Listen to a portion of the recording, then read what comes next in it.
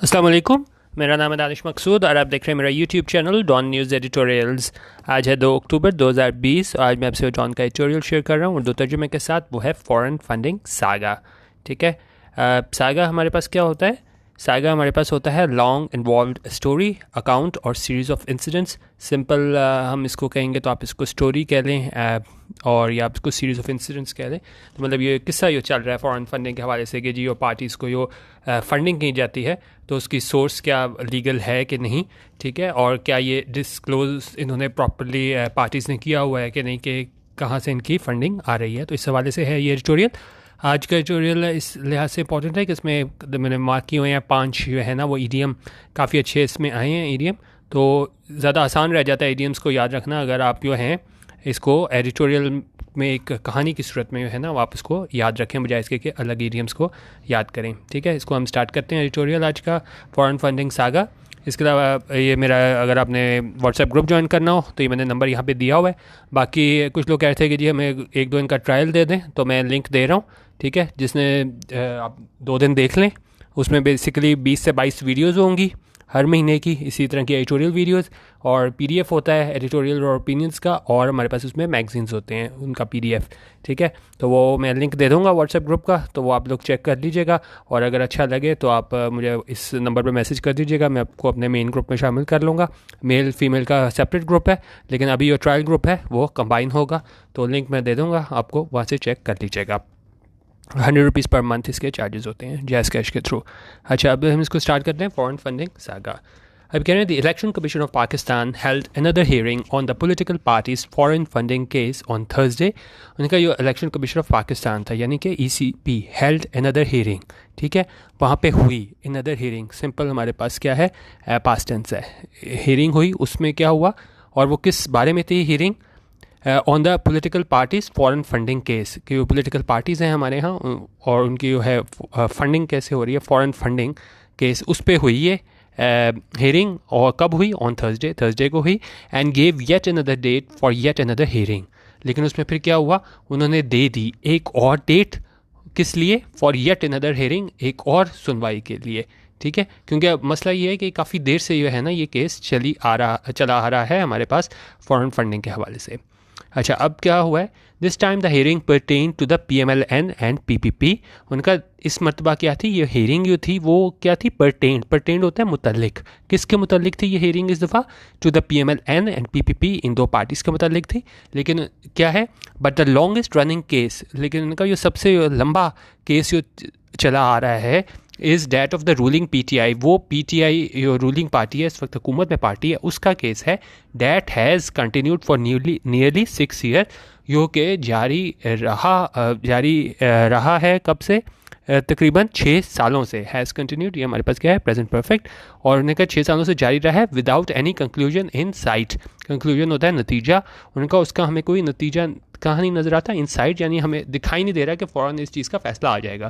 तो उन्होंने कहा मेन मसला तो तमाम पार्टीज़ का ही है फॉरेन फंडिंग केस के हवाले से है, लेकिन उन्होंने कहा ये रूलिंग PTI है, वो 6 सालों से इनका केस चल रहा है।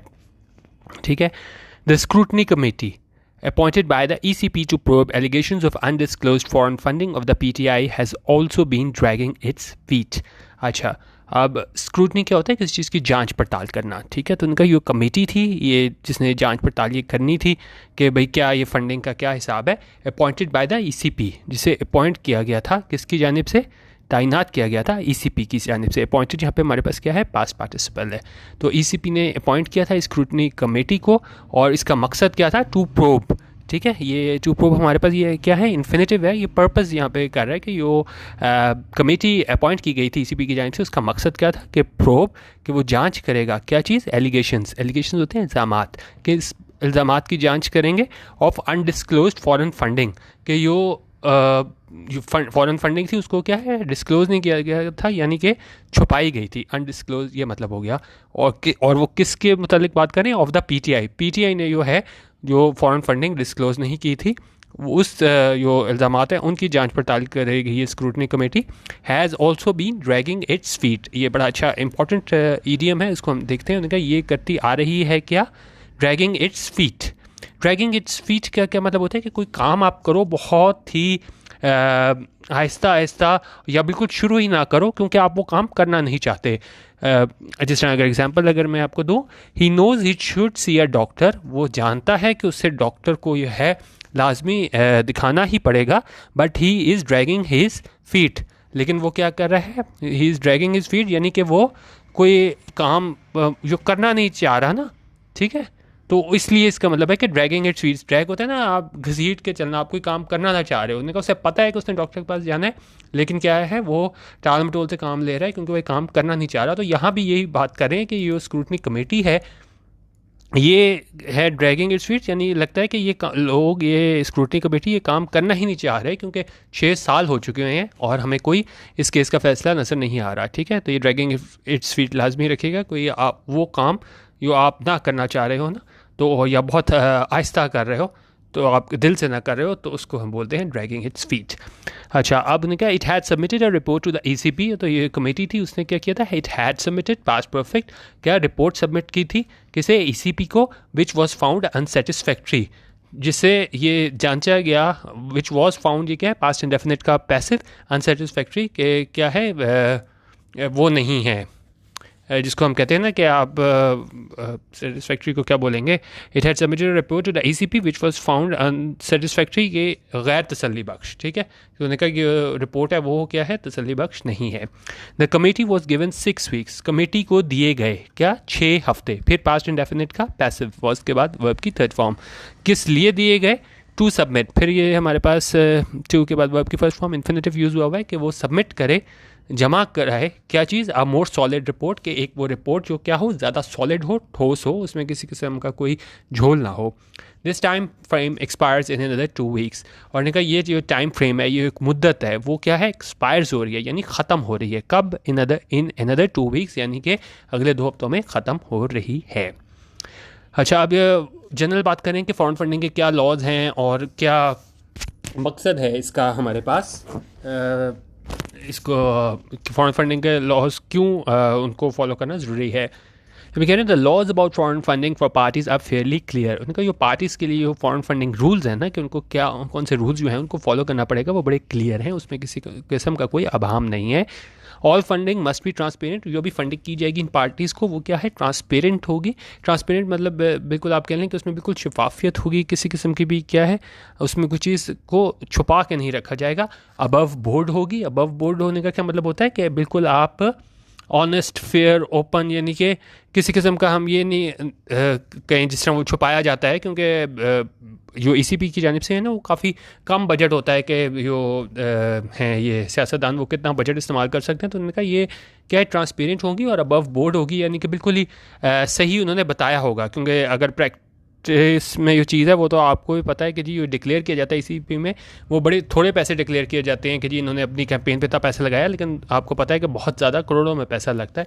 लेकिन उन्होंने कहा यहाँ पे फॉरेन फंडिंग के वाले से बात करें कि जी ट्रांसपेरेंट होना चाहिए, अबव बोर्ड होना चाहिए, बिल्कुल ऑनेस्टली है वो डिक्लेयर किए जाने चाहिए कि कितने पैसे ये है फंडिंग हुई है फॉरेन फंडिंग, और क्या है अकाउंटेड फॉर। अकाउंटेड फॉर का मतलब होता है कि आपको आप हिसाब भी दे सको ना उस चीज़ का, ठीक है। जिस तरह अगर मैं एग्जांपल अगर दूं कि could not account for the huge difference in price between the two practically identical handbags, तो आप अकाउंटेड फॉर का मतलब है आप किसी चीज़ का जो है ना वो रीज़न दे सको, कि अगर आप कहो कि हाँ जी इतने पैसे आए हैं, तो आपको पता भी हो, उसका सोर्स भी पता हो, आपको रीज़न भी पता हो कि क्या इसमें हिसाब है, ठीक है। तो बेसिकली ये 3 अल्फाज थे इसके अंदर कि ट्रांसपेरेंट, अबव बोर्ड और अकाउंटेड फॉर, ठीक है। उसमें किसी किस्म की आप कोई चीज़ छुपाई ना गई हो, अबव बोर्ड हो, फेयर हो, ऑनेस्ट हो, और अकाउंटेड फॉर हो कि आप रीज़न भी दे सको कि अगर हमने पैसे लिए हैं तो हमने कहाँ से लिए हैं, ठीक है।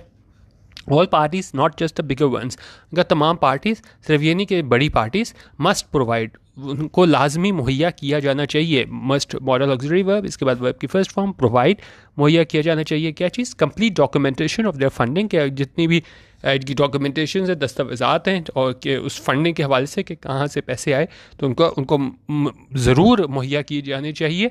क्या करने के लिए, टू इंश्योर कि इस बात को यकीनी बनाया जाए that dubious and illegal money is not being invested into this parties, कि जो डूबियस और इलीगल गैर कानूनी वो पैसे हैं वो क्या है, इज़ नॉट बीइंग इन्वेस्टेड, वो नहीं किए जा रहे, इसमें मतलब इन्वेस्ट किए जा रहे, मुंतकिल किए जा रहे इन पार्टीज़ को। यहाँ पे क्या है, प्रेजेंट कंटिन्यूस का पैसिव इनटू दीज पार्टीज़ कि इन पार्टीज़ को जो है ना वो पैसे नहीं जो गैर कानूनी पैसे हैं वो नहीं इन पार्टीज़ में इन्वेस्ट किए जा रहे। देयर बाय का मतलब होता है एज अ रिजल्ट, उनका इसका नतीजा क्या है, injecting corruption into an already weak democratic Edifice.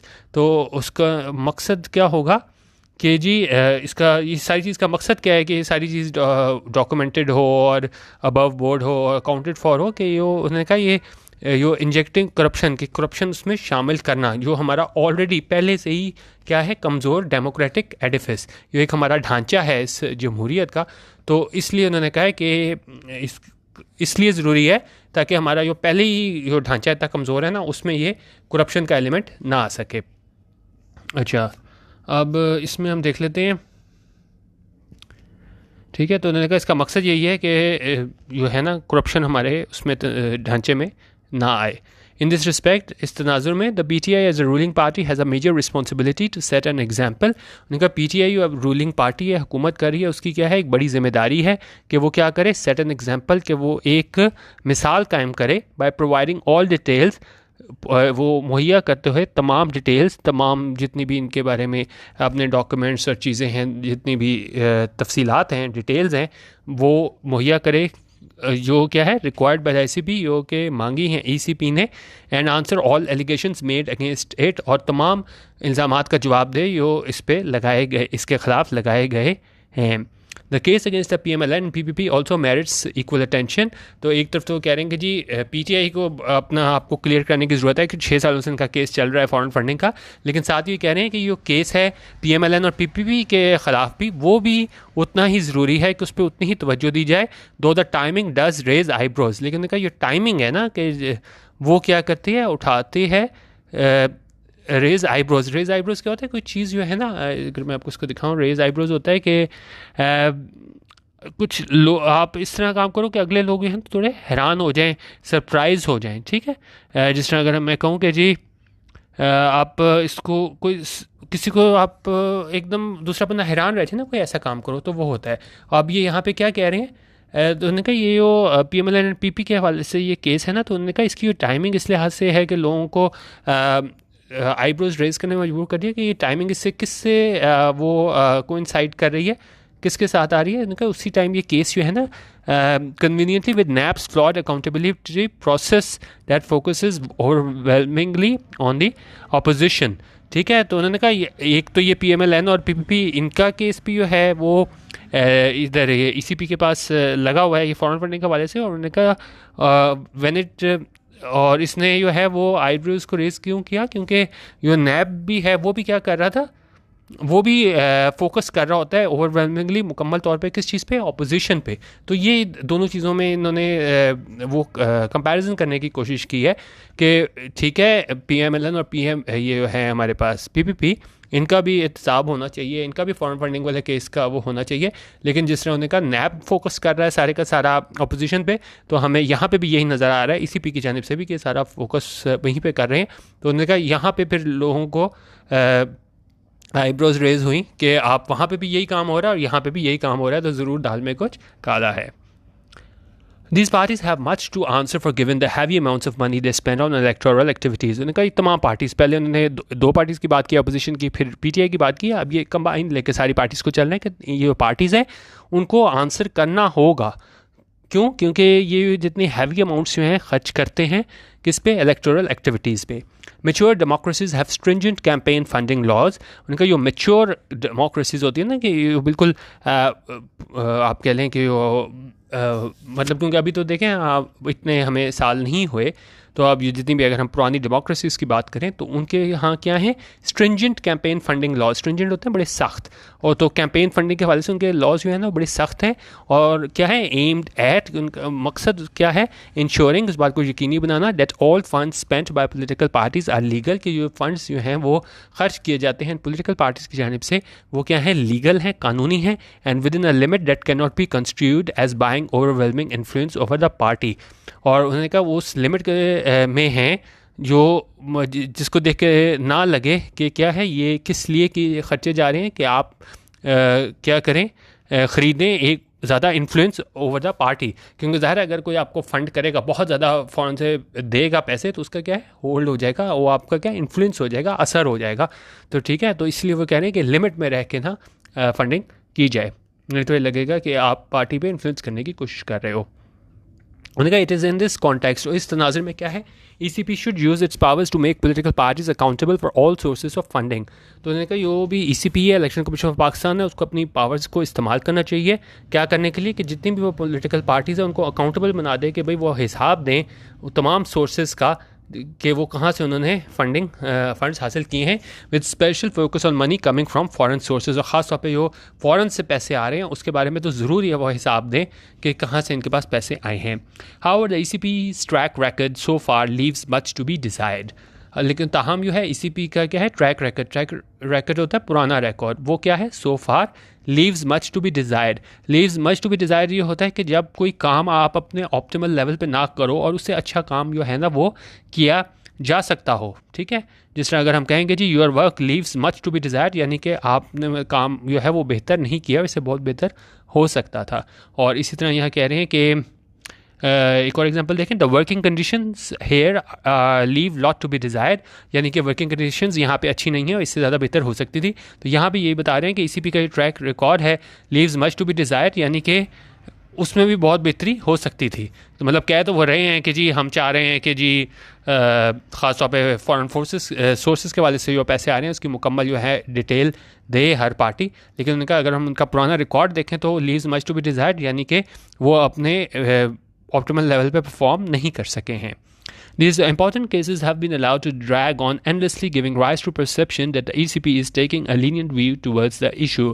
उनका ये इंपॉर्टेंट केसेस जो हैं फॉरेन फंडिंग के हवाले से हैव बीन अलाउड, उन्हें इजाज़त दी गई है क्या करने के लिए, टू ड्रैग ऑन होता है कि बड़े चले लंबे ना, ड्रैग करें घसीटना ना, कि जल्दी फैसला ना हो, तो ड्रैग ऑन एंडलेसली के एक ना ख़त्म होने वाले आप एक कह लेना अमल है, ठीक है। तो उसमें क्या है, गिविंग राइज टू परसेप्शन, जिसने जन्म दिया है एक परसेप्शन को, एक आइडिया को, एक सोच को, क्या, that the ECP is taking a lenient view towards the issue, के ECP जो है इलेक्शन कमीशन ऑफ पाकिस्तान वो ले रहा है एक लीनियंट व्यू। लीनियंट व्यू क्या होता है, लीनियंट का उलट होता है ना कि एक आप सख्त व्यू लो कि हाँ भाई हमने इसको जल्दी डिसाइड करना है, काम करना है, तो लीनियंट व्यू ले रहा है, बड़ा मतलब नरमी दिखा रहा है ECP टुवर्ड्स इशू के, इस मामले के सिलसिले में बहुत आप कह लें कि नरमी दिखा रहा है। दिस मस्ट चेंज, और इसको क्या है, लाजमी तब्दील होना चाहिए। मस्ट के बाद हमेशा, जिस तरह मैं आपको काफ़ी दफ़ा बता चुका हूँ, वर्ब की हमेशा फर्स्ट फॉर्म आती है, तो यहाँ पे चेंज आया हुआ है। मस्ट क्या है, modal auxiliary verb. 6 years is more than enough for the PTI case to reach a final conclusion. उनका 6 साल से ज़्यादा अरसा जो है वो काफ़ी है PTI के लिए कि वो क्या पहुँचते एक फाइनल कंक्लूजन पे, एक नतीजे पे पहुँचते। The last chief election commissioner had order daily hearings of this case. जो हमारे लास्ट जो थे चीफ इलेक्शन कमिश्नर, उन्होंने क्या किया था, हैड ऑर्डर, उन्होंने हुक्म दिया था, क्या चीज़ का हुक्म दिया था, daily hearings of this case, कि ये PTI वाला केस है फॉरेन फंडिंग केस, उसकी रोज़ की बुनियाद पे आप हियरिंग करो। It began facing habitual delays once he left office, लेकिन एक दफ़ा जब वो चले गए जो चीफ इलेक्शन कमिश्नर थे, तो उसके बाद क्या हुआ, इसने क्या है सामना, it began facing habitual delays, कि हमें इसको ताख़ीर देखने को मिली जब एक दफ़ा वो ऑफिस छोड़ के चले गए, यानी कि वो तब्दील हो गए। The ECP must now move swiftly to conclude all these cases. उनका ECP को ज़रूरत है कि अब वो करे, क्या करे, इसको फौरी तौर पे अच्छे तरीके से ख़त्म करे, अंजाम पे पहुँचाए इन तमाम केसेस को, and make decisions that force these and other political parties to open up their ledger books, और इस तरह के फैसले ले कि वो मजबूर कर दे ये वाली पॉलिटिकल पार्टीज़ को और दूसरी पॉलिटिकल पार्टीज़ भी हैं कि वो खोल दें अपने लेजर बुक्स एंड अकाउंट, यानी कि वो बिल्कुल अपने आप को एहतसाब के लिए पेश कर दें। किसके लिए, फॉर एवरी रुपी रिसीव, कि उन्होंने जितने भी पैसे रिसीव किए हैं उसके लिए अपने आप को एहतसाब के लिए पेश कर दें। If we want to strengthen democracy, अगर हम चाहते हैं कि हम मजबूत बनाएं अपनी जमहूरियत को, and reform the structure of our political parties, और हम इस्लाहात लाएं अपनी पॉलिटिकल पार्टीज़ के स्ट्रक्चर में, ठीक है। दिस इज़ अ की स्टेप होता है कि अहम कदम, उनका ये क्या होगा, एक अहम कदम होगा इन डायरेक्शन, उस मंजिल की जानिब एक अहम कदम होगा। The ECP must do it's job without delay, उनका ECP को करनी होगी अपनी जॉब, अपनी जिम्मेदारी, अपना काम विदाउट डिले, यानी बगैर किसी ताख़ीर के। तो बेसिकली इसमें हमारे पास जो था फॉरेन फंडिंग सागा, तो इसमें बताया हुआ था कि तमाम पार्टीज़ जो है ना उनको बिल्कुल अपने आप को पेश करना चाहिए और बताना चाहिए कि कहाँ से फंडिंग हुई है। लेकिन वो कह रहे हैं सबसे ज़्यादा जिम्मेदारी किस पे आ रही है, पीटीआई पे, क्योंकि 6 सालों से सबसे ज़्यादा लंबे अरसे से उनका केस चल रहा है। तो उन पे जिम्मेदारी आ रही है कि पहले वो अपने साबित करें कि वाकई वो बिल्कुल लीगल तरीके से जो है ना इनकी पार्टी के लिए फंडिंग हुई थी। लेकिन साथ ही वो बरी जुबान नहीं करा दे रहे पी और BMLN को। उन्होंने कहा उनके लिए भी उतना ही लाजिम है कि वो अपनी सोर्स बता सकें ECP में कि कहाँ से इनकी फंडिंग हुई। लेकिन पहली जिम्मेदारी किस पे है, रूलिंग पार्टी PTI की। ठीक है, तो ये आज का एडिटोरियल था। बाकी ये मैंने आपको बता दिया, आपने मेरा व्हाट्सएप ग्रुप ज्वाइन करना हो 100 रुपीज़ पर मंथ वाला, तो यहाँ पे आप ज्वाइन कर सकते हैं। और यूट्यूब और व्हाट्सएप में लोग पूछते हैं जी फ़र्क क्या है वीडियोज़ में। एक्चुअली मेरे लिए पॉसिबल नहीं होता कि रोज़ मैं यूट्यूब पे वीडियोज़ अपलोड करूँ, क्योंकि इस पर टाइम काफ़ी लगता है। तो मैं यूँ हूँ तकरीबन 22 से 23 वीडियोज़ जो है ना वो व्हाट्सएप पे अपलोड कर देता हूँ, और तकरीबन कोई 8-10 वीडियो आती हैं यूट्यूब पे। ठीक है, वीडियो देखने का बहुत शुक्रिया। अल्लाह हाफिज़। पाकिस्तान जिंदाबाद।